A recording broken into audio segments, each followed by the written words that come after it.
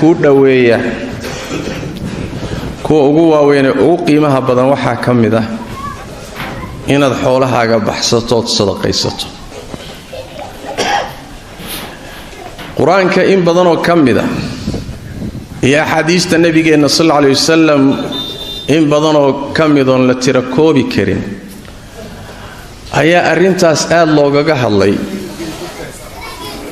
ruuxa wax baxsada oo deeqsigo gacanta furan sadaqadiisu waxay keenaysaa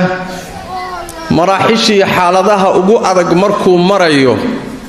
dadka kalena baqayaan oo cabsanayaan oo argagaxsan yihiin inuusan isagu nixin oo argagixin oo uusan murgin qabriga qiyaamada meelaha adag mawaaqifta adag marka la marayo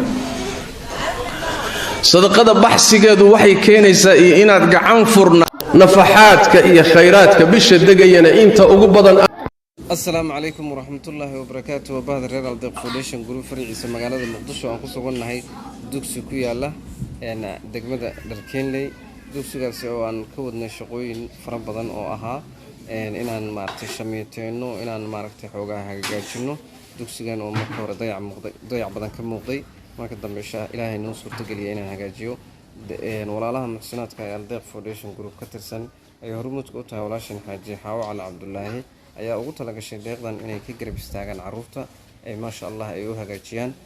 dhammaan saad u wada arkaysiin waa kaas dugsiga maanta uu nooraya ma sha Allah shumacaas quruxda badan iyo shamiito aan u dhignay ma sha Allah intii khayrkaasi wanaagaas ka qayb qaadatay Ilaahay miisaanka xasanaadka u saaro dhanka kale hadda macalinka ayaa nala joogo insha Allah bismillaah kariim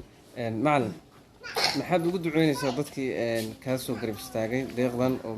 saas dugsiga kugu qurxiyay maxaad ugu duceynaysaa inuu Ilaahay muraadkooda u saaro muraadkooda Ilaahay sayr insha Allah amiin oo maartay oo haween khayr Allah siib amiin muraadkooda Allah sayr amiin كل ما الله عافية amiin سيدنا الله ناري amiin